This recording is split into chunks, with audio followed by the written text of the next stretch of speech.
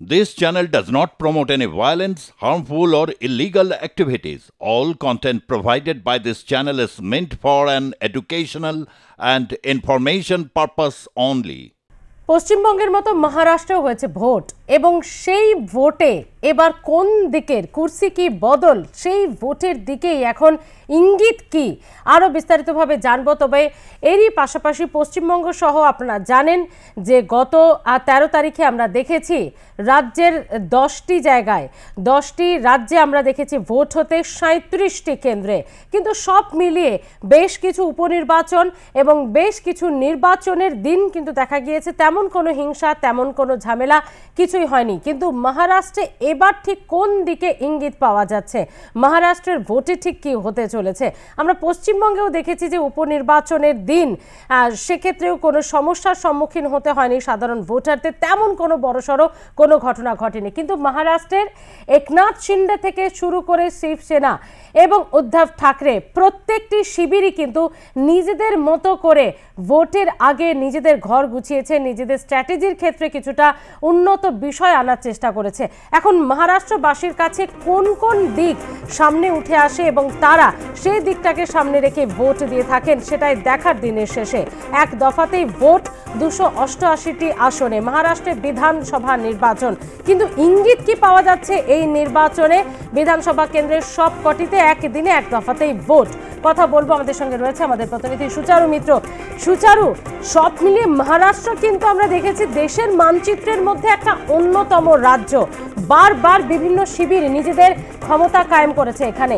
এবার 288টি আসনের মানুষ ঠিক কি ইঙ্গিত দিচ্ছে?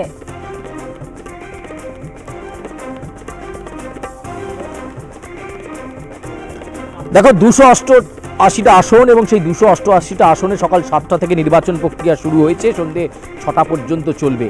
মহারাষ্ট্রে 2 থেকে 3টে সমীকরণ কাজ করছে। এক, মহাবিকাশ আঘাড়ি সরকার ভেঙে ফেলার পর এই প্রথম সেখানে নির্বাচন হচ্ছে, ফলে সেখানে অ্যান্টি কাম্বিয়েন্সি ভোট নাকি আবার মহাবিকাশ আঘাড়ি তারা সরকার গড়বে সেটা একটা গুরুত্বপূর্ণ বিষয়। 2 নম্বর বিষয় সেটা হচ্ছে কাকা বনাম ভাইপো, একদিকে শরদ পাওয়ার একদিকে অজিত পাওয়ার, কে আসল এনসিপি? অজিত পাওয়ার তিনি কিন্তু বলেই দিয়েছেন যে তিনি এবং তার দল মহারাষ্ট্রের নির্বাচনে আঁচড় কেটে যাবেন এবং রাজনৈতিক কর্তৃত্ব প্রতিষ্ঠার লড়াইয়ে তারা একটা বেঞ্চমার্ক তৈরি করবেন। 2 নম্বর পয়েন্টের পরে 3 নম্বর পয়েন্ট যেটা আসছে সেটা হচ্ছে শিবসেনা বনাম শিবসেনা, অর্থাৎ একদিকে রয়েছেন একনাথ শিন্ডে, আবার অন্যদিকে রয়েছে বাল ঠাকরের নাতি উদ্ধব ঠাকরের পুত্র আদিত্য ঠাকরে।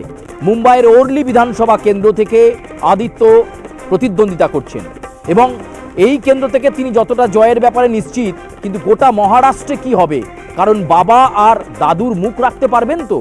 আদিত্য ঠাকরের হাত ধরে সেই পুরনো শিবসেনা মহারাষ্ট্রে কি ক্ষমতায় আসতে পারবে? এই ইকুয়েশনটা 3 নম্বর ইকুয়েশন।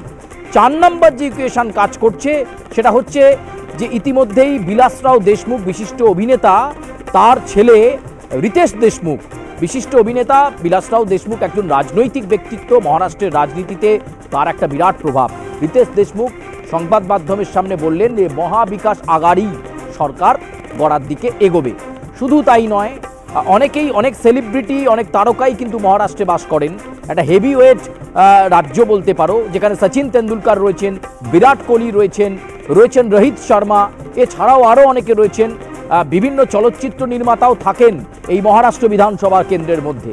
ফলে তারা কোন দিকে রায় দেন এবং উদ্ধব ঠাকরের ছেলে আদিত্য ঠাকরের হাত ধরে মহারাষ্ট্রে নতুন কিছু, নাকি একনাথ শিন্ডে কার্যত কাঁপুনি দেবেন এবং সেখানে বিজেপি আবার দাপাবে, নাকি সেখানে শরদ পাওয়ার বনাম অজিত পাওয়ারের যে লড়াই সেখানে অজিত পাওয়ার একটা নতুন দিক দেখাবেন, সেটাই মহারাষ্ট্রের নির্বাচনে গুরুত্বপূর্ণ।